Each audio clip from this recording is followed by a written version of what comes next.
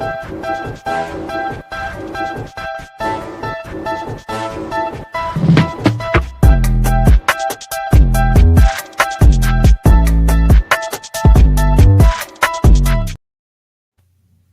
everybody. I'm Candid Frank Stanisci, and you're watching NLL Lacrosse Talk.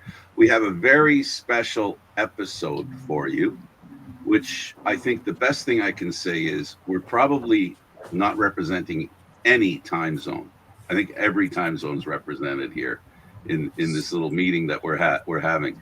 So first of all, ladies, I really appreciate you being here, and I'll introduce everybody clockwise: Gary Groob, Joyce Tong, Michelle Boyer, Romina Reinhardt, Earhart, sorry, Emily Chong, and Hedwig is that what we're going to go with? Okay, and of course Chantel Oliver.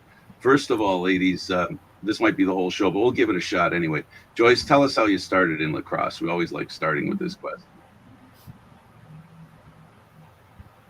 I started field lacrosse 9 years ago back in my university.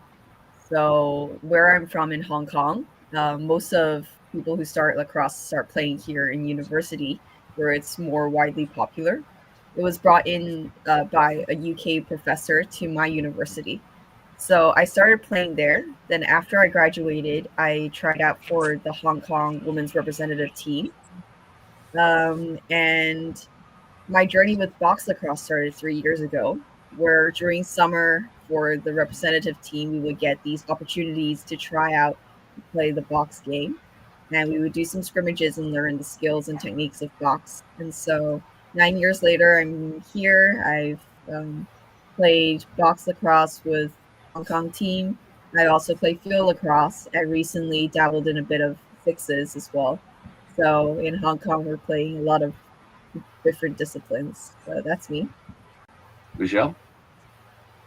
Okay, Frank. So, I guess I played box, in my teen years, and of course, back in 100 years ago, well, not quite, 1982, Canada, or earlier than that, Canada was invited to World Championship in field lacrosse.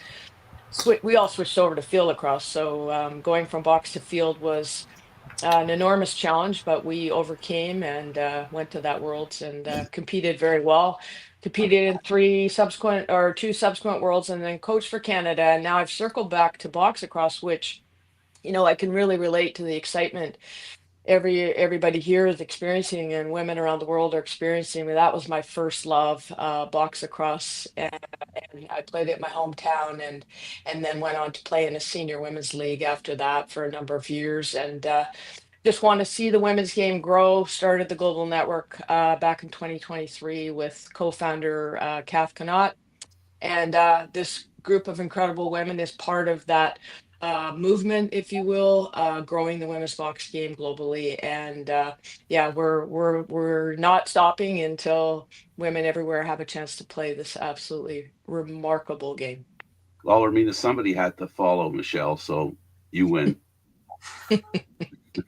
So I started playing lacrosse by incident. So I finished my career as a pole vaulter, and I stopped skiing when I finished uni. And I took a 2-year break, and I started being a teacher, a PE teacher at an international school. And one morning in the lesson plan, it said lacrosse. So I was like, oh, I need to Google that. So I Googled it. And I remember that in my first year in uni, I met someone at a race, like a Red Bull 5K race, who said she played lacrosse. So I was like Googling, can you do that in Munich? So I rocked up to practice on the same evening. And yeah, I actually really liked it. That was in 2014 or 15. I played field lacrosse for fun for like 3 years, and then I became a goalie. And I really enjoyed being a goalie, just a new challenge, learning all the new things and switching perspective. And then in 2021, I became the fitness coach of the men's box team.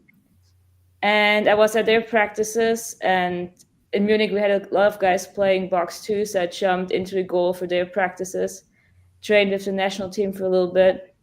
And then after the Euros, I was like, I want to play this like on more professional level in a women's team. So I reached out to Michelle, went back and forth, and then finally, I think like 1 year ago, it was confirmed we can go to Utica. And then we started building a program here. And we started women's box league now in Germany for this year. I play men's and women's league. And yeah, it's growing and it's fun. And that's Utica, New York, you're referring to. Yeah. Just for the people who may not know, Utica's there. Emily? I started playing lacrosse in 1994. I was originally from Hong Kong, same as Joyce, and I went to an English boarding school. So I started playing field lacrosse with a wooden stick in 1994 in England. And then I played, and then I did my ACL, and then started playing as a goalie. And then I actually retired in my 30s in 2015. And then I went into triathlon and martial arts and all kinds of things. And then in 2022, an ex-teammate of mine passed away, and I thought I'll do something for her. So I got back into lacrosse for a little bit. And then one thing led to another. Box lacrosse started in the UK. And then I thought, oh yeah, great. This is like martial arts and lacrosse together. Why not? So then I started playing box lacrosse. And then one thing led to another. I had the opportunity to play for Hong Kong at the World Champs. So then I ended up in Utica in September. And that was like a phenomenal experience. Edward. Yeah. And I think when I met Michelle was when she and Megan Kinnock came over to the UK to introduce box lacrosse to England. And I met them, and they were just like so enthusiastic. And then we kind of had a look at how box is properly played, because like Megan was there, and it was like super inspiring. We'll drill into that a bit later. Hedwig? I think I started about 16 years ago with field lacrosse. First year was on field, and then I became a goalie. Played the Euros, played a World Cup. And then 5 years ago, I think, or maybe 6 years ago, I started playing box lacrosse with the guys. And I think it was kind of parallel that we started a women's team as well.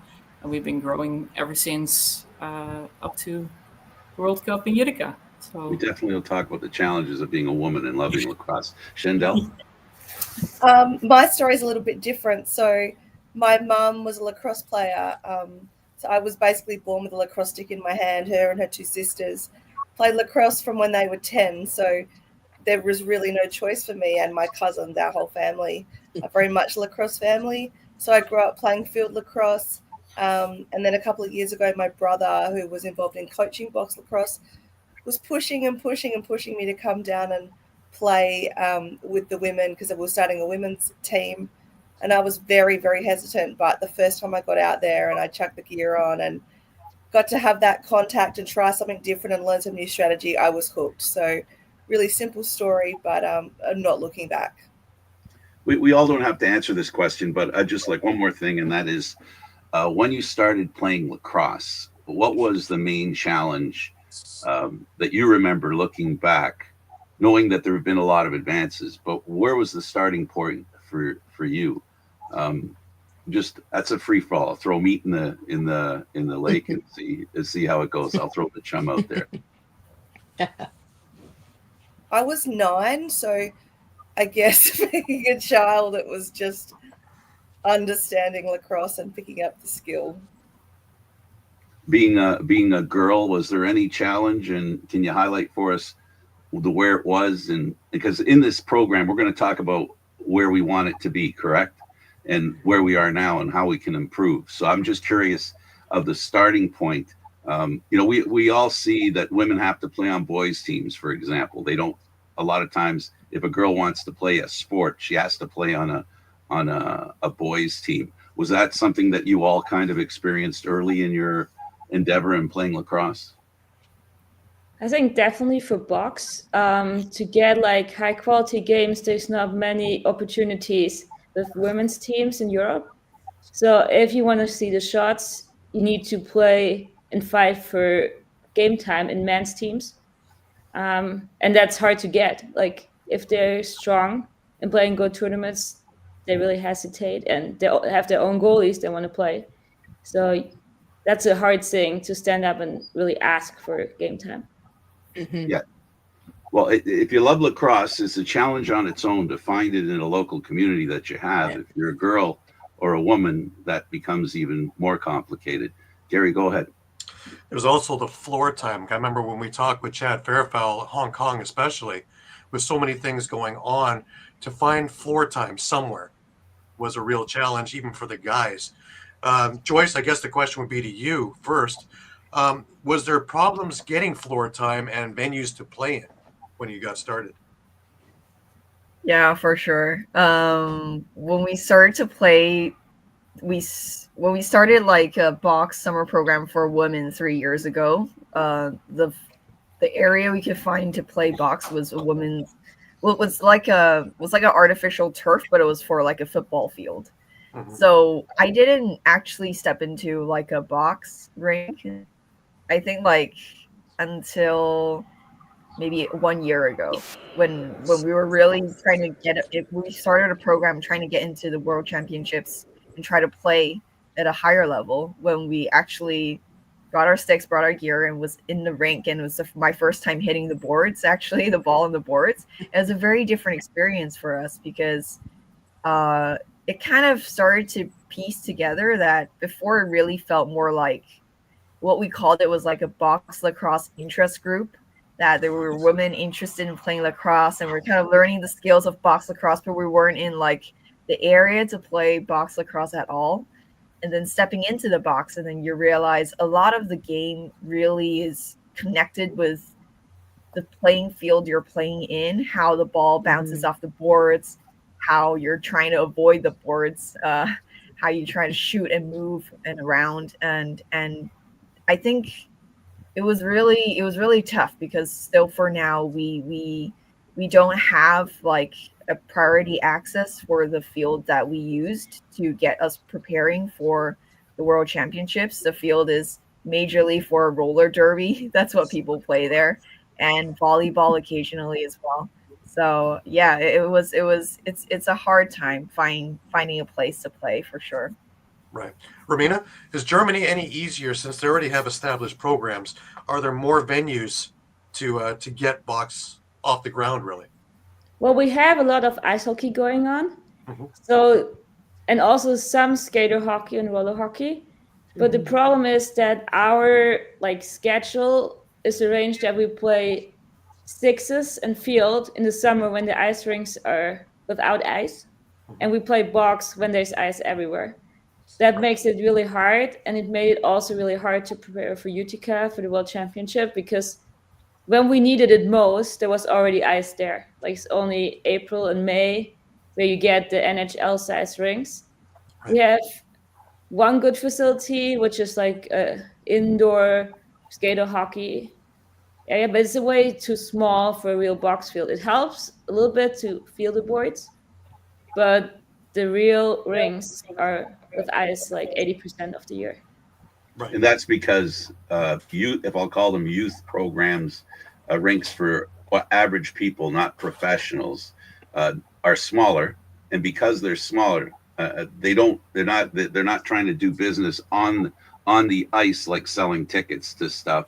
They're strictly hockey, so they don't really have a need to have the floor changed so that lacrosse can be played. Only the professional rinks are, because they have concerts and they cover the rink when they have those in the winter. So that's the additional challenge you have, correct? Correct, yes. Right. Emily, like some of the information I got was that in England that they're building outdoor boxes, kind of like what Prague has, to try and make space so that you guys can actually play box. Am I correct? Yeah, that's correct. I think in England, there are currently only 2 venues where there are gates and it's a box and it's on turf. And one of them is arranged by the Andy Downing, who's based in just outside of Manchester. And it's one of those like plastic box. I think he ordered it from the US and got it like shipped over. And then they like cargoed it there and then put it all in. And then basically during the hours that we're playing, we physically push them together, lock them in, and then when we finish, we have to like push them out so that football or soccer can like play after us. That's how it goes. Oh wow! Wow. Hedwig, we've had your whole coaching staff on at one point or another, all friends of mine. R2's been on, Jasper's been on, Neil's been on, even Wayne has been on as well. Let's talk a little bit about that. The program's a little bit more established in the Netherlands, but is it tough to get venues for you guys to start training? Yeah, well, the guys already paved the way, so they already found a roller derby indoor location. Again, yeah, like everyone said, it's small, but yeah, we have room to play. We have time to play there, and yeah, for the days we weren't able to get those that location specifically, we had to get some indoor ice hockey rinks that didn't have ice on it. I think, yeah, we're more lucky that ice hockey isn't that big in the Netherlands. We do have a lot of rinks though, but yeah, they don't have ice on it all the time. So That's yeah, we interesting. kind of had a lot of luck, I think, this past year. It's interesting because, ice hockey is not big, but, speed skating is. Yeah. And the Netherlands are huge in speed skating. So I would have figured that there'd be a lot of things to do on ice, but yeah, it works well for the program then. Not if they're on an angle, let me tell you. That'd be an interesting game. Chandel, in Australia, is it more difficult, or is there enough venues to get things rolling? We have, so the size of Australia, it's quite it's a continent. Mm-hmm. We have one professional, like one actual box lacrosse venue or court in the whole country. So yeah, we have to get together for national training camps. We will have to fly to Melbourne to access their to get on the turf, to get together to use the box. Here in Perth, Western Australia, which is the west coast of Australia, we play in the middle of the Speed Dome. So the Speed Dome is one of the big training facilities for the Olympic cycling team. And in the middle, there's a roller hockey rink, which is about at least 20, 30 meters too short, but it is a box. So it's a concrete floor with boards. So we're lucky to have the boards. But yeah, it's not an ideal situation, which means we're very good in Western Australia at working in confined spaces with our offense. Because we have to, but when we get to go to Melbourne and play on the box, like for national training camps or national championships, like we've got coming up in February, and we get to play on the full box, it's a real treat. I know in South Australia, they've got the boards, but they play on a couple of basketball courts from memory, and then they put the boards around the outside. So we are working with quite a few challenges. I think in Queensland, they don't have any boards. And in New South Wales, I played in Sydney a couple of games years ago, and they play on like a Bitchman basketball court and put a couple of goals on that. So, yeah, quite a few challenges with venue and space. And you guys all talk about ice hockey arenas. We don't even have snow. So getting ice is going to be a challenge for us too, Sure. Right now, it's 40 degrees. It has been for 6 days. So we don't even have the luxury of having ice hockey to piggyback and put some turf on. We're a little jealous here in Toronto. It's been minus 25. So 40 sounds that sounds like beach weather for me. But Michelle, it is beach weather. Michelle, we talked about and we've talked a number of times in different occasions about equipment and the trials and the tribulations and how all these guys have to use tape and other things to make sure that the equipment covers the right spots, which doesn't been taken into account using guys' equipment. Mm-hmm. Are we any closer? I know when we talked with the U.S. women, they had Gates starting to work on equipment. Are we any closer now than we were about getting female-sized equipment for everybody? Yes, that's the simple answer. Is it a simple fix? No. When I first started playing in my early teens, I had, my brother's old hockey equipment, and I taped stuff onto it to protect myself. And sadly, 50 years later, we're actually, there's equipment available and excellent equipment. There's a lot of great manufacturers out there.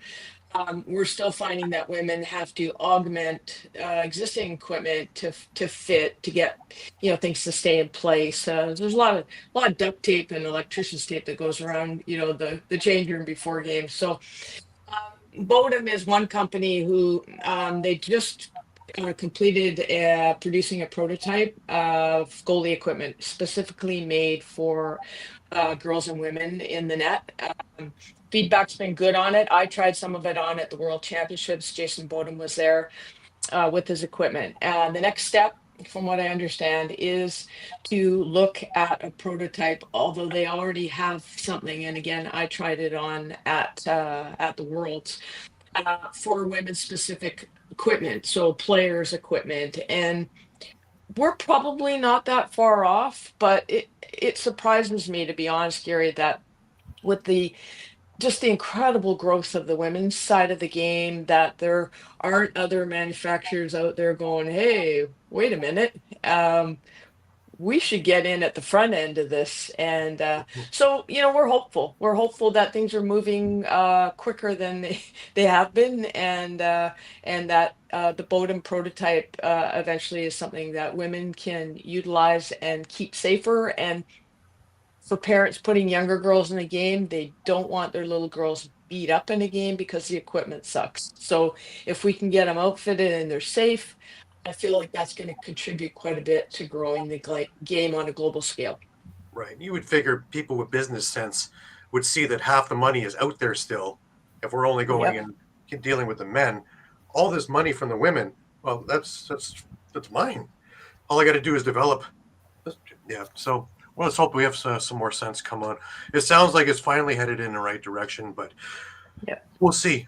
I want to put this all towards all of you because I've tried using a woman's field stick, and I have had to apologize to a lot of people for their windows and things. I can't control the damn thing, and you guys should be commended for having such great shots with a tennis racket.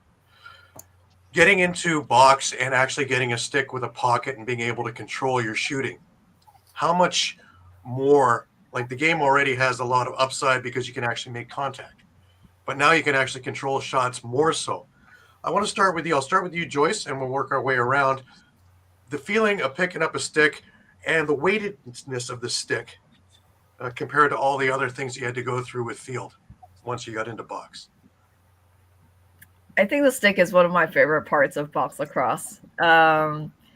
It suddenly opened up a variety of things I could suddenly do because I wouldn't drop the ball after doing them. Like I could move differently. I could have my stick in one hand much more easier than I would with a women's field lacrosse stick. And it did really make me and a lot of teammates, I feel more powerful. We could shoot our ball in our full force of our power in a way that would be very difficult with a women's field lacrosse stick. So that was, I think, my general overall feeling with kind of the stick that I had for box. Yeah. Right. Romina? Well, as a goalie, it's not that much different, but sometimes I pick up a normal runner stick too, like to just shoot around. And actually, I feel I could play runner with like a man stick. I could. It's basically feels like a goalie stick. It's just like more precise. So I'm more confident if I have to shoot at someone as well. Right, definitely. Emily? There are actually a lot of... So I'm a field goalie, but I played as a runner in box. And there are actually surprisingly a great number of field goalies playing a running because the stick handling is quite similar. And we're used to wearing a helmet and wearing pads anyway, where I think quite a few people who in the UK who are not like willing to try boxes because they didn't want to be in a helmet and in pads and it's cumbersome. But I feel like the goalies are already like used to it. And with the box stick, it's a lot easier to catch. But when we coach people who've never played it, we just have like a bunch of sticks. Some of them have really big whips, some of them have not. So then you gotta coach them in a way that suits the stick. Whereas I think some of the coaches were just like, well, some of them would say, we got to throw like this. You gotta have your bottom hand into your elbow. Some of them, I know you pull it into your pocket, and it all kind of depends on does your stick have a big whip? Does the stick have a high pocket, a low pocket, or a mid pocket? And I feel like suddenly it opens up like a whole world of different things that you can experiment, and you gotta have to be like, you have to be like really technical about the stick, the pocket, how it's strung, and the technique to use to throw with it, and then the shaft. It's like so many things going on. It's the consistency of having a plan that's based on all the women having the same stick. And if they don't even know the difference between the stick, that's an extra level that has to be coached. Yeah, for sure. That sounds like a terrible challenge. Hedwig, let's talk about the sticks first, and then we'll talk about a few other things. Sure. Well, like Emily, I was also a field goalie, so the transition from a goalie stick to a box stick was kind of easy. So, yeah, I didn't have much trouble going into becoming a runner, and Right. Well, Hedwig also is now a history or herstory, if we're coining the phrase. First off, herstory, and secondly, the first one ever to score on the Big Bad Canadians, and in what was known as the biggest party in Utica. yeah. Unbelievable, that game. Yeah. We'll get into that when we start talking about the world, but yeah, definitely. Chandel, the stick. Yeah, the stick for me was like I can handle the contact. I was fine with chucking the gear on. For me, the biggest challenge was the transition of the stick. So having played field lacrosse for 25 years, with a women's stick, you say it's hard to shoot with. I find it's just natural. To then change to a box stick was probably my biggest challenge. And I find coaching now with my girls here in Western Australia, it's that constant switch, because we're always got, like, right now we're running sixes competitions, as well as we've got Australian field training camps going on, and constant training, as well as our box season. So the girls constantly having to switch between sticks is a challenge for them. I've had to personally string my box stick similar to my field stick, so that I can literally chop and change every other day. And that's probably the best thing I've done, and made the transition so much easier. And I think that would be a tip to anyone who's playing, multiple formats, is try and string your stick similar, so that those throwing strings throw in a really similar way to release, to make it easier for yourself. Right. I've done it the other way around. I strung my women's stick closer to my box stick. Right. Nice. When I talked with the women from Canada and the US, and we talked about originally getting into box, the answer just blew me away, and it was contact. We loved having contact where we wouldn't get flagged. Was it the same feeling for you guys once you got in? Now, of course, Megan from Canada brought up a story that the very first game, she won the first face-off, and 10 seconds later, she was laid out. Great contact from the Finn. And welcome to lacrosse. Welcome. And actually took one for the team on that one. But contact, how was that when you first got into it, Joyce? When I first got into it, well, I was an attacker. So it was really scary at first. It felt like someone was trying to, really, really try to kill me was the first feeling. But then after we started to play, our first kind of scrimmage, it felt great. But in my perspective, it felt great for being allowed to play, to be able to told me, like, go through that contact and figure out a way to get the ball in the back of the net. So it was always like that. It was the official or was kind of like way back in the mind now. But whereas if I was playing the women's game in the field game, I would always be thinking, okay, when's the official going to blow their whistle? When am I needed to stop my feet? Where do I have to stand? All that sort of stuff. But the official plays a much smaller part, I feel, in the box game. And it was just me and my defender. I was thinking a lot more about the game, my footwork, my tactics, and how to get around her. And it was immensely, really a big pleasure to play with that sort of contact. Yeah. So Joyce, it was an experience where the mind and the body connected even more than in most sports, right? Yeah, for sure. Now, I mean, as a goaltender, the contact. You don't get a lot of it, but you can certainly do it when you're throwing picks behind the net and things like that. So, what was that like? I think like the first couple times I did it wrong. Like my picks weren't smart. And I tried it first in men's game, which was potentially also not the smartest choice to do. So I remember last year during the one of the first league of the men's league, I found myself up in the boards behind the goal. I don't know how I got there, but I thought setting a pick was really smart, but it didn't really work out. But it's a learning process. Sure.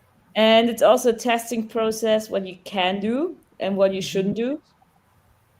And I think especially in the European teams where you don't have the numbers of goalies and players, the coaches are really conscious on what you do, what is the risk if my goalie gets taken out.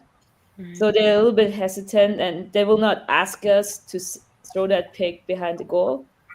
But with testing around and getting to know your own players, you know the boundaries, what you can do and what the refs will see, what they will not see, what is too risky. And I find myself sometimes trying to do this in field of sixes too, and then I remember, oh no, that's not part of my job there. But I really can see, like with our start of the new women's league, that the girls really enjoy the contact on the field too. And also, it looks pretty good. Like in the first games, like 2 years ago, people were just running around cross-checking everybody everywhere. And in this round, in this league, it looks really smart what they're doing. Like we played like 3 games now, and it looks good. It's not wild. It's like controlled. And they saw a lot of box lacrosse from the world. So I think that really helped to see women can do it. It's not just running around and hitting other people. Sure. Emily, contact, how was that? I love contact, and that's why I started playing box lacrosse. But also bearing in mind, when I stand up, I'm 5'2", and I'm like 55 kilos. I'm very small. So then the first time I played in the UK, in Europe, in Prague, our coaches basically just told us to go and check as hard as you can. I was like, okay, great, fine. And obviously people went flying because they weren't expecting a little person who would totally take you out. And then after a few games, they realized, and then I got completely targeted, and then I got checked to the board, and I went absolutely flying. So it was all kind of tit for tat in that. And I think after the coaching session with Megan Kinner, you kind of have to learn when to not overcommit and when to check and when not to check. So then you have to really tone it down and be smart about it. And that was a big learning curve. It's just not about hitting people as hard as you can. It's just about when to throw it and when not to. It's complicated. It's really complicated. Definitely. It's a cerebral game. Definitely a cerebral for sure. game. Edwick, contact in the sport. Yeah, well, when I started with the guys, I got pushed around a lot, and there was one tournament that I went flying 3 meters back. I really pissed off a guy by shooting on his chest. And yeah, he just pushed me all the way up the field. And then when we started playing with the women were kind of afraid of my style of playing. But we got them to a point where I'm kind of afraid right now of some of our defenders because they're really strong and really tall. So, yeah. Right. Yeah. But it feels good. Yeah. Shandell, contact in the sport as opposed to field. I thrive on it and I love it. Australian women typically play a very skillful, physical, gritty field lacrosse game. So for me, I didn't find the transition to box, I didn't feel overwhelmed by it. What I found was learning to lay the contact. So I remember my first practice, I went and my coach said, Chanel, run down and set a pick on her. So I ran and stood behind the other offense player as a field pick would do. And my coach was going, what are you doing? And I was like, I'm setting a pick.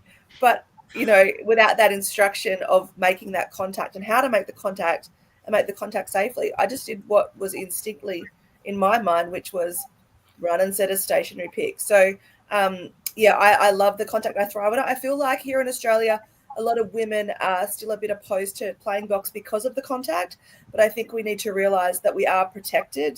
We do have the appropriate safety equipment. We are wearing, the kidneys, the whole lot. Everyone here knows what we're wearing.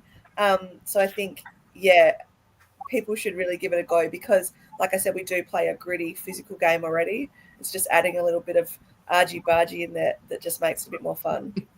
Right.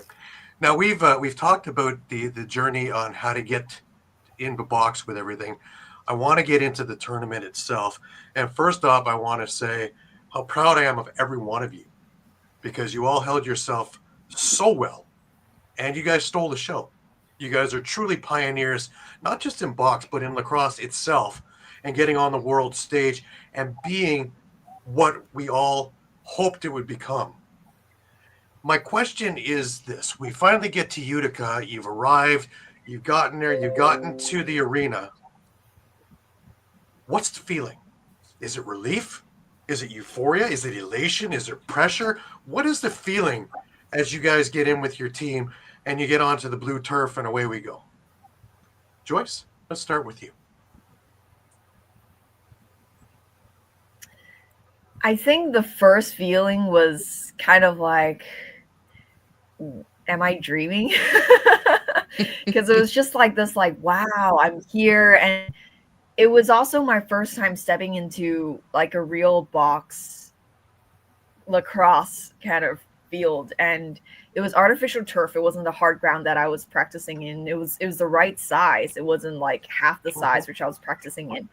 And the third thing that amazed me was that there were, seats, rows and rows for audience to be around the arena and cheering for their own teams. And that's also something that's very rare for players in Hong Kong. And my first game, I remember having the helmet on and still being able to hear like our audience, some of our friends and family who came from a very long way to come support us, kind of their chants also ringing in our helmets. That was really, really crazy moment for us. And I think it was just a surreal moment. There was definitely times in the locker room that some of the girls were getting really nervous.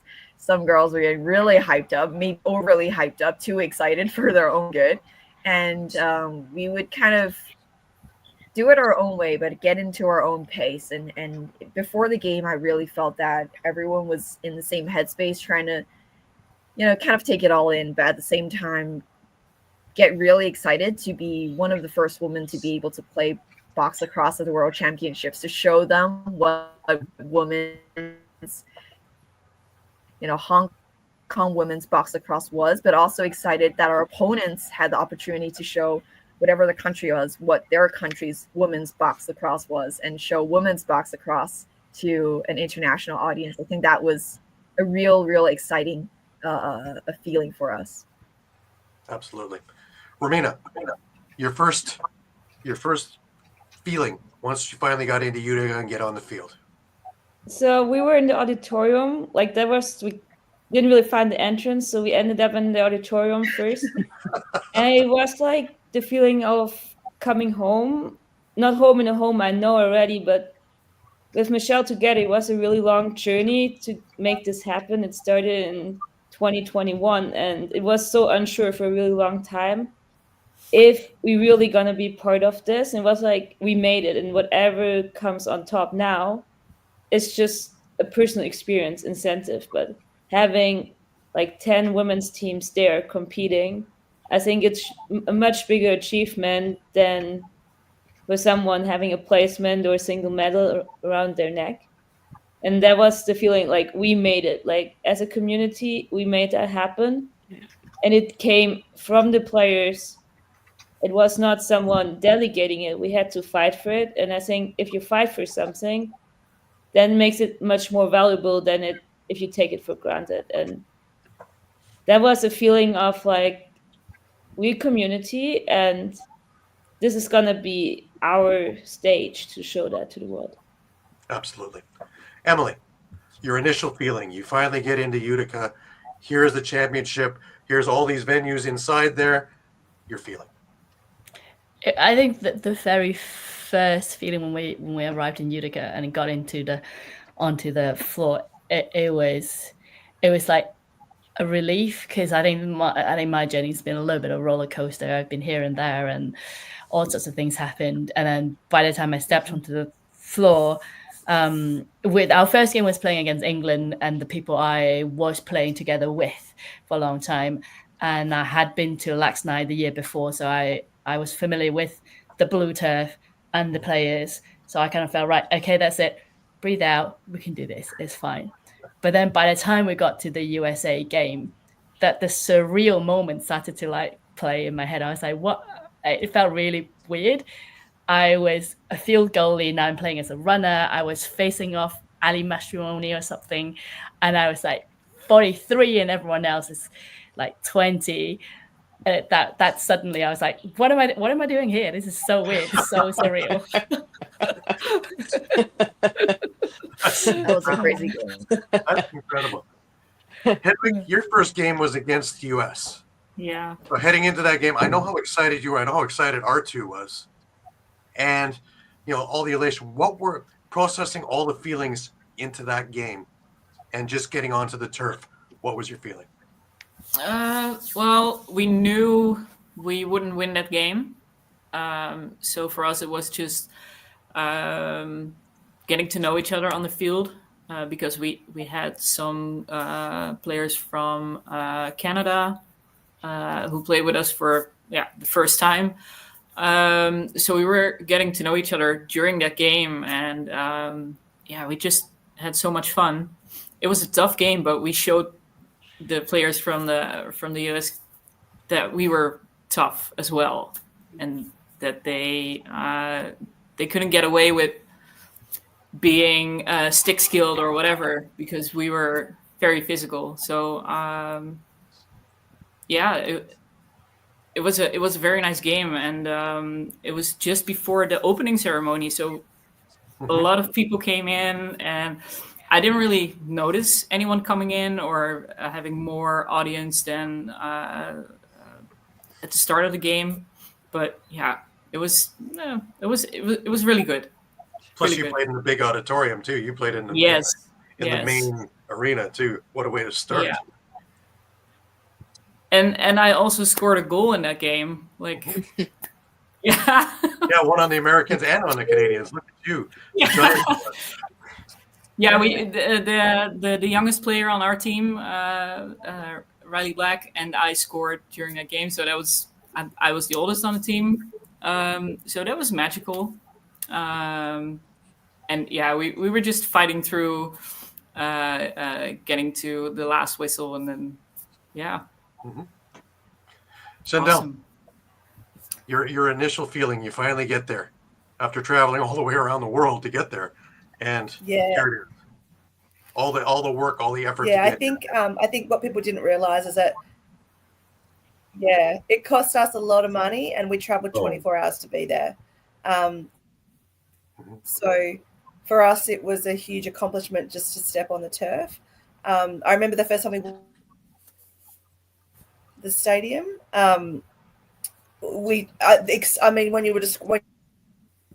When you asked that question, I felt this big smile come across my face. The excitement that our team felt coming together, we were finally here. All that work we put in, all those hours training, smaller boys or trying to get to Camp Melbourne and calls and everything, finally getting through it, and a wonderful feeling. So I Canada on the same day, our opener, which was real tough and a big challenge for us, but also a really great lesson. So nothing but positive experience, nothing but wonderful feelings when we got there. Awesome. I'm sorry we're not hearing 100% of what you're saying, Shandell. No blame here. Just want you to know that if we don't respond to what you're saying correctly, it'll be because we're not really understanding 100% what you're saying. A little bit of connection, but that's we got your must message. be the Australian internet. Yeah, It's usually mine, so we're used to it here. I completely end up off the internet sometimes. Michelle, Yes. as mama bear to all of this, I know watching you up in the women's box booth up top, as the proud, person of all of this. What were your feelings initially when all of this finally took place and we had the Canada-Finland game as the very first game? All this is going on, and how did you process all the feelings that were going on? Because I know you had a number of different feelings in a number of different directions from all the work and all the years of trying to get this off the ground. It's somebody used the word surreal, and it was surreal. And I remember driving up to the arena for the first set of games and the opening ceremonies and everything. And some people had asked me, is it hard for you to watch people realizing a dream you never had an opportunity to realize, and all these women getting this opportunity, and all I could think of was how excited, how absolutely thrilled I was for each one of these athletes, and for all the women that were competing, and for all the girls and women that will come after this World Championships that will have a chance to compete at the highest level, to play box lacrosse for their country. So I would argue that probably nobody there was as excited as me, just looking at the big picture. And would I like to have been out there in the floor? Sure. But you know what? My time was a long time ago, and now women have this opportunity, and it was a thrill. I've played many years of box, won provincial, national titles. I've played for Canada, I've coached for Canada, and I can honestly say that was the biggest thrill of my life, to realize this dream. And we are all realizing it. We realize it together, and I've worked with so many of these gals, continue to work to grow the women's box game. And it was the icing on the cake to get to enjoy the moment along with all these gals. Michelle, might it also have been a lot about the healing process for the frustrations that you've gone through your whole life, to see the advances that are being made and see women get a chance that you didn't have? It actually makes you feel good to see them get it because of the past frustration you've had. Is there a healing aspect to that? Well, the game itself, and you'll hear this from a lot of people, and I can say myself, the game has always truly felt like the medicine game for me. And I felt it the first time I ever picked up a box stick, albeit my stick was a wooden stick, a little bit different. But I think a big thing, Frank, too, was to during the course of the event, to talk to members of World Lacrosse, outgoing president Sue Redfern, the tournament convener director Fiona Clark, CEO Jim Shear, and others, how excited they were, and their acknowledgement that they were surprised that this tournament would be as successful, and that we were able to make this happen. And to hear Sue Redfern stand up at the opening ceremonies and acknowledge myself and Dean Adobe and others who were part of the original Women's Box Lacrosse Working Group, working to make this event happen, it felt good. It felt good to know that we had made a contribution, and that we were able to get 10 teams there when originally there was only going to be maybe 6, and knowing that there were other teams that were almost ready to be there as well. And so I'm excited for the next World Championship, where I feel like numbers will probably be significantly greater. And it's just a testament to, I think if you build it, they will come. And I kept saying it to World Lacrosse. Women want to play this game, and they want to have the same opportunities, and they love the game, absolutely love it. So it was very healing, Frank. That would be a good way to put it. If you don't like the challenges that you have, and this goes across everything in life, right? If you don't like the challenges you have to face, once you meet them and you beat them, there's not a better feeling. That's my recommendation to the next generation in women's lacrosse, to know that I believe that the benefit of making this a better sport is a reward that you'll all get. And I know you all feel that way, and I know you all appreciate it. And that's why I'm glad you're here to highlight some of the deficiencies in the women's game. You know, let's face it, the game needs women like you, people who want to get out there and look for that opportunity to make things better, to change things. So I personally want to thank you for that before the show's over. Now, I want to highlight 2 points, really. Number one, as this tournament was going on, again, you stole the show. Lots of people went to go watch the guys and watch certain things, but as the games went on, they were looking and circling on the schedule women's games. They were coming over, leaving guys' games and going and watching you guys play. And it happened time and time again as I watched people going back and forth to the different rinks and to the main arena. The other thing was, and I really love this because this highlights what a great community the lacrosse community is yeah, there were some lopsided scores, and yeah, you guys are learning and you get to play against some of your heroes and things like that. But there was so much camaraderie between teams, on teams, mentorship from some of the big stars. And it wasn't just a passing, yeah, we win and off we go. Everybody took time and talked with each other, showed things and demonstrated things. What was your take on how this togetherness of the community came? And now you got to experience it firsthand from around the world. Joyce, let's start with you.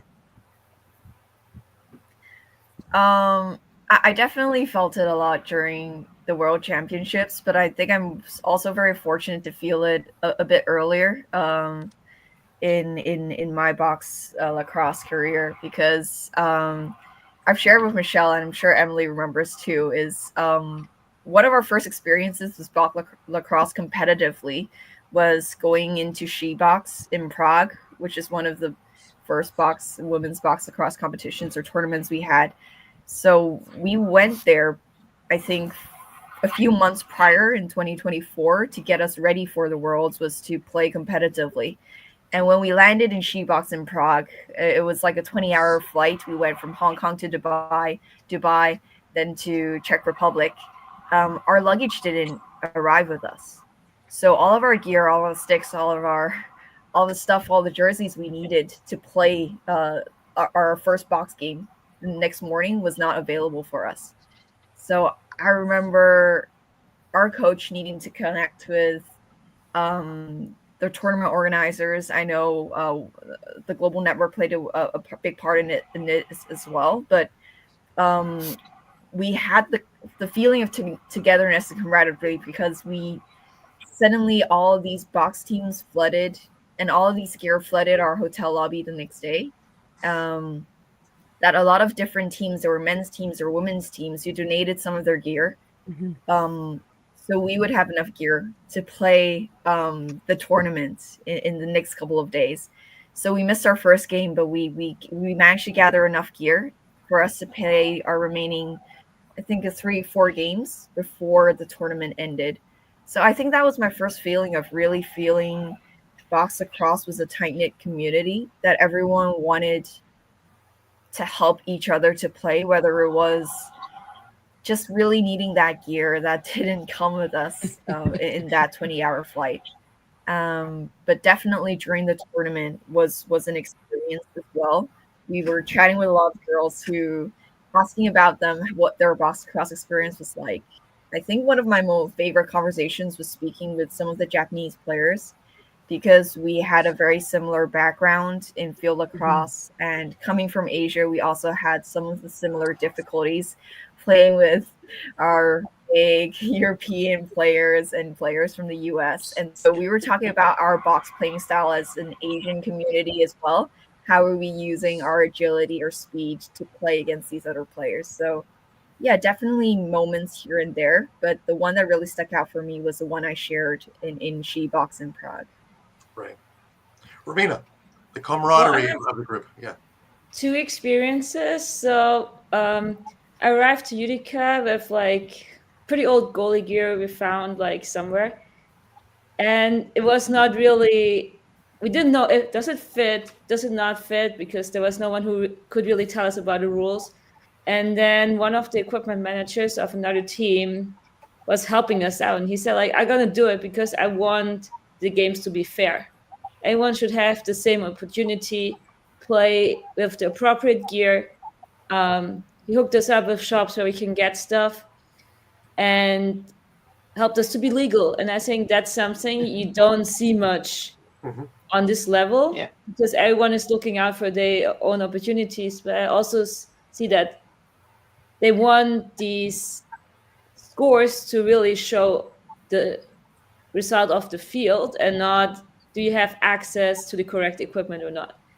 So that was the first experience, which I really liked, and it's different to my experiences I had before. I was competing in 2 other world championships in different sports, and there was like the top players were up above everybody, and then there was the rest, and there was no interaction. And for me, the most favorite moment I remember was during the game against Canada when Dana like shot and she didn't get in. She came over and said, "Hey, that was a pretty good save. I thought you're not gonna make it." So that was something. To have this comment during a game is not normal, but it shows the respect. Even if there's a massive difference in skill level, they really appreciated playing against us. And after the game, she said over and said, "You guys have one of the strongest defenses we have played against in like the whole tournament and potentially also in the preparation." So that was, the score didn't matter in this game. It was just like the feeling we come playing together and we having the same goal, making the sport better. Absolutely.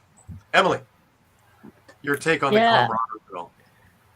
For sure, I definitely, I was there at Shoebox with helping out sourcing kits and stuff, and it was just amazing that within sort of like hours we like kitted out a whole team with borrowed kit, and then and the whole team carried on playing like, you know, it was like their own kit, you know. It was just amazing.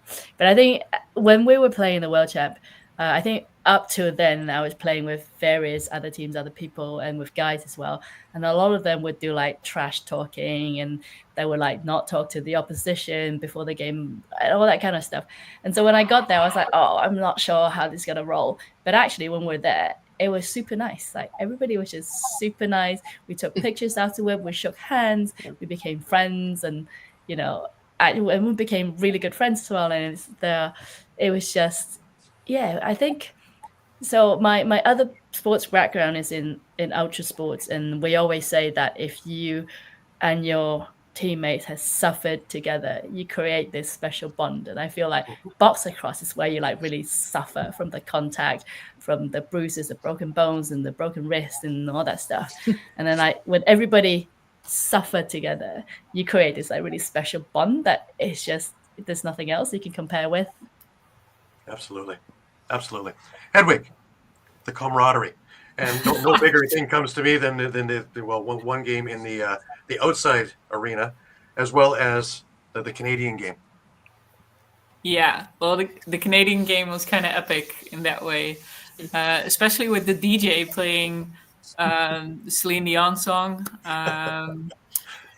I was belting out loud, singing along with the song, and we were just, I think it was a media timeout where we just stood on the field and we just sang along, and we were waving, and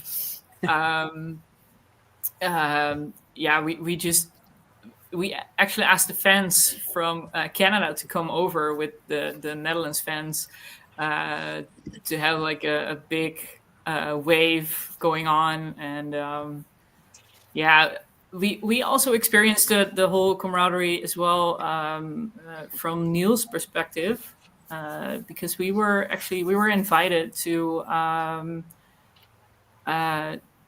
play a game at Akwesasne. We were invited into a native territory. That was very welcoming as well. It was very special to experience as well. So, but lacrosse overall, it's just everyone knows each other, and everyone just bonds with each other because we play such a cool sport. And yeah, absolutely, I love the community. Absolutely. Shandell, the camaraderie. Well, yeah, for me, look, I've been lucky enough to attend 5 Field World Championships as a spectator. So, from men's, women's, U19, I've kind of seen a lot of it. But what I love the most is just the connection between players and countries and learning about each other's cultures. Like even hearing the land acknowledgement at the opening ceremony from the Haudenosaunee elder. We do land acknowledgements here with our elders as well. So to hear that done, on home soil was really, really special. I think, I met Hedwig in a gear swap when she was switching gear with our captain, Mel. So, even that point where we were getting ready for the opening ceremony, all the teams were gathered in the other room with their flags and having photos, and they're all dressed in their, traditional clothing. It was pretty special. And I think that camaraderie that we get from just being able to share each other's culture is so special, and to learn from one another is just something that you can't put a price on. And I want to go to another 10. Mm-hmm. Well, I will attest that Women's Box Global Network has no better than the ambassadors that they have with you guys. You guys were fantastic. I was blown away watching you guys. I'm even more impressed talking with you and listening to all the cerebral stuff behind the scenes and everything that went into it, all of the trials, the tribulations, which make us stronger. If it doesn't kill us, it makes us stronger. And I think this game is in a great position. Just the sky's the limit with all you guys as ambassadors, with Michelle leading the way with the network. I just see really great things happening in the future and growth happening at an exponential speed, because really just watching reactions during Utica and after Utica, as well as talking to a number of professional players in the NLL about the championships. And it keeps coming back to the women's thing. Didn't they steal the show? Wasn't that gold medal just something for the movies? So we're in a great position, I think. And anything you guys need towards marketing and helping, Michelle will attest that I am a huge proponent of trying to grow the women's game. And anything you guys need, please reach out. I am more than happy to help market it for y'all, and anything that we can do. Michelle, what's next on the docket? I think we have She-Box up next, right? We do, and I think a lot of these folks are going to be at She-Box this year. As usual, we'll go with 3 women coaches behind the bench. So we're always working hard to ensure that women have those opportunities to be behind the bench at international events.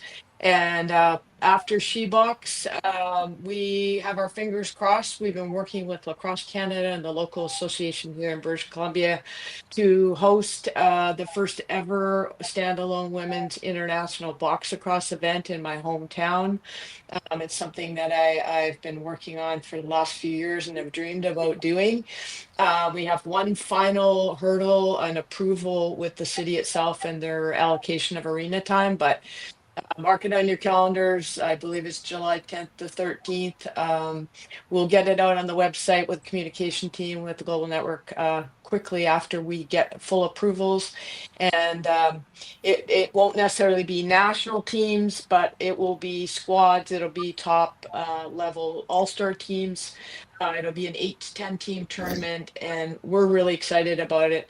Also in talks with one of the U.S. coaches who is intent on getting women's box at a higher level going in the States. And there's also a possibility of a similar event in the winter down in the California area. So yeah, things happening, and we're excited to push women's box lacrosse into the future and get all these women and others ready for the next World Championship in 2028.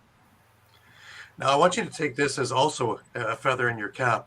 Is just after Utica, the PLL had announced the WLL, which is going to be taking place next month.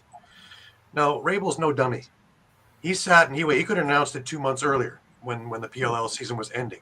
He waited to see reaction. He waited to see people's reactions. He waited to see how you guys would respond and how you played.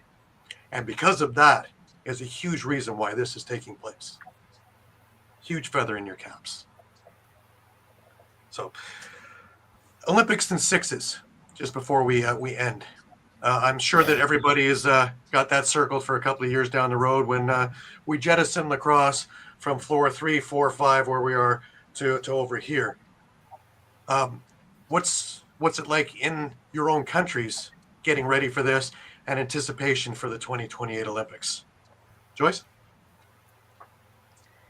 So if we're talking about the sixes discipline, Hong Kong has been hosting something we call the Super Sixes Games. It's we've done it for the last 2 years to get some of our younger players earlier into this discipline and to get them playing the sixes game. I think it's fast paced and very dynamic, very similar in terms of pacing to the box game. And we're very, very excited to see kind of how it pans out and how we can get qualified to play.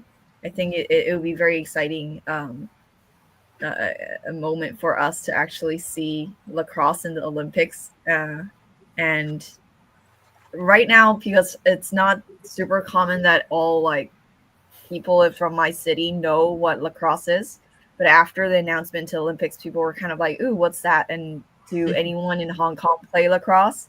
And so we were kind of like, "Woohoo! Yeah, we're here. We have players. We're amazing." And kind of helped us shine light on what we do and how we've been playing the past few years and our results in the World Championships. So the Olympics announcement has really, really helped, I think, more friends and family be more aware of what I'm doing and what sport I play. So that's been really cool in that way. Right. Romina? Olympics. Yeah, so Germany is kind of special, I think, because we have like an Olympic federation, which gives every single Olympic sport the same opportunities. So by April 1st, we will have like a professional sixes team, which gets supported by the state. Mm-hmm. And we get like trainers who finally get some little money for their coaching. It's not all voluntary work. And tomorrow is our last trial weekend to be part of the squad for like the next year, this Olympic training squad. And it's really exciting because it's something new. It's going to be more professional. I think for some people that's scary because like all these regulations you need to follow, the commitments you have to bring, media commitments, interviews. This is a new level which most of the people who play lacrosse, even if they didn't play it for 20 years, have never experienced because it was kind of like under the radar and only a small community. And now it's up to us to make it more public, to be out there, let people know, explain people in the subway what this stick is. It's not for catching butterflies. It's actually, you can throw and catch a ball with that. And I've heard that question before. Yeah, so Germany is like, we have our sixes nationals live on national TV in August. So that's a big step for us, for club teams to represent the sport on the highest level in Germany. And we need to build a base. And this is our chance to get more kids into the game because currently we have like 4,000 members in the federation. That's where we feed all programs from. Mm-hmm. But there's towns in the US or Canada that have 4,000 people playing in that town. So we need to build our base to feed the programs at the top. And I think that's our biggest challenge towards Olympics and beyond. Because, yeah, we're missing the base. And, yeah. I hope you guys don't miss the opportunity that you're going to have a lot of people, because it's in the Olympics, players, people that think they can play the game because it's going to be in the Olympics. And don't lose the opportunity in keeping track of who those people that show up who may not be eligible or good enough to play, but be able to foster their interest in the game and make them, add to the 4,000 that you have. Because you're going to have a lot of people that want to be at the Olympics, if you understand what I'm saying. That's going to be a challenge in itself, get separating the ones that belong and the ones that don't. And finding roles for them while you're at it as well. Yeah. And finding a home for all of them that want to play. If they're interested, you've got at least the idea that that they're thinking of playing lacrosse. So, the Olympics is a topic we've been touching on since they've mentioned it. And we all agree, and everybody agrees, this is a great opportunity. We shouldn't feel too much pressure to be successful at it, but we should be prepared, to help lacrosse be successful with the help of the Olympics talking about the game. definitely. Emily. So at the Olympics, it will be Team Great Britain, not England, Wales, and Scotland. So this is the thing that confused the rest of the world. And I think in the UK, a lot of prep has been going on in the past few years. So we have the Fly is our flagship event where all the top level players in the UK and a few people who are staying in the UK come in and they play each other a bit like the WLL. And schools, we now have like a league also plays sixes format as well in the summer. So in the winter we'll play 10-a-side, and then in the summer we'll play sixes. So everybody is like gearing up for it. And I think like Romina said, because it's now an Olympic sports, there's now money to the national governing body, and where there's money, there will be S&C coaches, there'll be coaches, and then there's more facilities available to the players to train. So I think it's going to be like a super exciting thing to happen. Awesome. Hedwig, Olympics and sixes. Sixes, we I think in March there will be the European qualifiers for the World Cup sixes. We got a strong group of girls, athletic group of girls that are already training very hard to get there. I don't see much of them because I'm not really involved in field lacrosse anymore, but I know it's a good group of girls. So we'll see how they do and if they are able to get to the World Cup. Awesome. Chandel. So obviously Australia is going to be gunning for a medal at the Olympics. It's not nothing, we want gold. We're capable of winning it. We've won it in the past in World Championships. So nothing to shy away from for us. Last November, that's just been, we had a sixes tournament in Adelaide, South Australia. And basically we drafted top players from all across the nation into a franchise style competition. I was lucky enough to go over as a commentator and call the games, and it was absolutely phenomenal. The electricity and the feeling in the air was amazing. Australia is certainly gearing up for the Olympics. I think what's really important to note, and I think every country needs to take note, is that sixes is not just a version of field lacrosse. It's a marrying of box lacrosse and field lacrosse, and we need to make sure that we're looking at strategies from both formats to ensure that we're putting the best lacrosse in front of the world on this huge stage. So it's certainly happening here in Australia. We've got squads, we've got tournaments. We're running a tournament in the southwest. I don't know if you guys have heard of the Margaret River wine region, where it's famous for surfing here in Western Australia and wine. But in a couple of months, we've got a tournament down there as well that happens every year, and it's kind of like the Hawaii tournament, where you kind of opt in for go down, play, have a weekend away, have a lot of fun. But it's happening all across the nation, and we're ready for the Olympics, particularly Brisbane 2032. I don't know if you guys saw the field qualifiers. We're in Sunshine Coast 2 weeks ago, so there's going to be a lot of championships and tournaments held in Queensland moving forward, because we want to really get lacrosse off the ground and be showcasing what we've got when we get to Queensland in 2032. So bring it on. Awesome. Listen, I want to thank every one of you for taking your time with us. Some of you have gotten up very, very early to be with us. Some of you are staying up very, very late to be with us with all the time zones that we're covering. And some of us are just here in the middle of our days. And I really appreciate you taking all your experiences and sharing it with us, and being who you are and helping to grow this great game. And I can't wait to see where we wind up with it. So thank you very much. Thank you, Gary.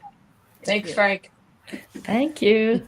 Well, Bye. my final comment is, as an observer, the challenges that women face aren't that people aren't willing to listen, understand, and want to help. The problem is, do they?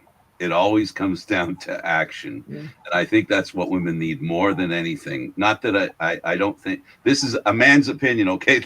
I'm not a woman, so I'm just saying as an observer, I think women would like to see more action. The talk is great, the support is wonderful, but the action would be better. And I think that's what women in lacrosse want, just like women everywhere.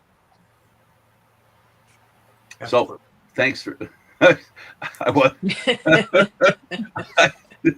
I thought somebody wanted to say something, and I don't want to deny anybody. If you have a retort to that, I'm more than willing to hear that before we go. I actually do, Frank. Just quickly, I just had a conversation the other day. I'm not going to mention the name, but talking about creating more opportunities for women in the box game, and it being about gender equity, and I got it kind of thrown back in my face, and I almost feel like people are like, well, stop with the gender equity, but this is about gender equity when it comes to the sport of box lacrosse, because we've never really been in the space, and we're moving into the space, and it's viewed as, well, we're taking something away, and we're not. Actually, we're adding. I mean, if you look what happened in the World Championships, you and everybody else admits that the women's side of the tournament made that event, and Absolutely. It was incredible.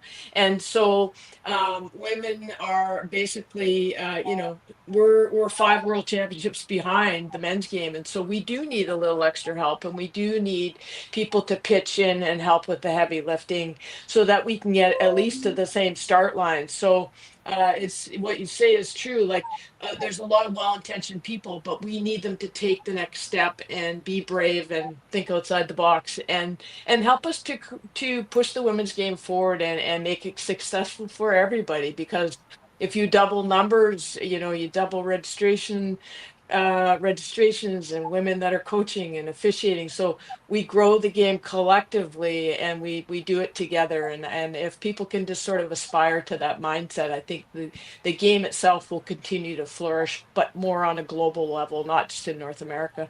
I wish people would concentrate less on the word equity and more on the opportunity that's being asked for. Absolutely. It's about opportunity. Yes. Unfortunately, equity is today, as we all know, equity is a word that's been twisted and bent out of shape. So yeah. I choose to look at it as though an equal opportunity, just go back to an old school way of putting it.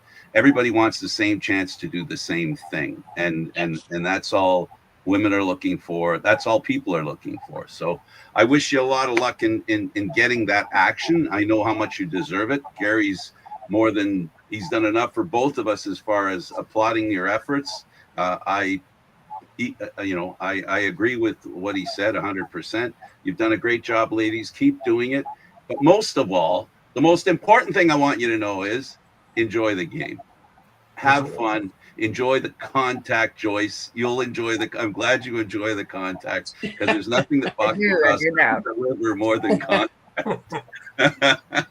And I say that for all of you. By the way, Joyce, you have no reaction on your face, not because you're not reacting, but because your screen keeps freezing. Oh, I see. Yeah. Thanks for doing I am this. smiling over here. I know you are. I believe it. But I truly do appreciate what you've done. I appreciate you. I appreciate the efforts that you're undertaking for the benefit of everyone else that loves the game like you do. So thank you for doing this, Gary. As usual, you little overdid it with the amount of guests, and especially the time zone thing. That's it. You went over the top a little bit, but thank you for going over the top. I really culmination, isn't it?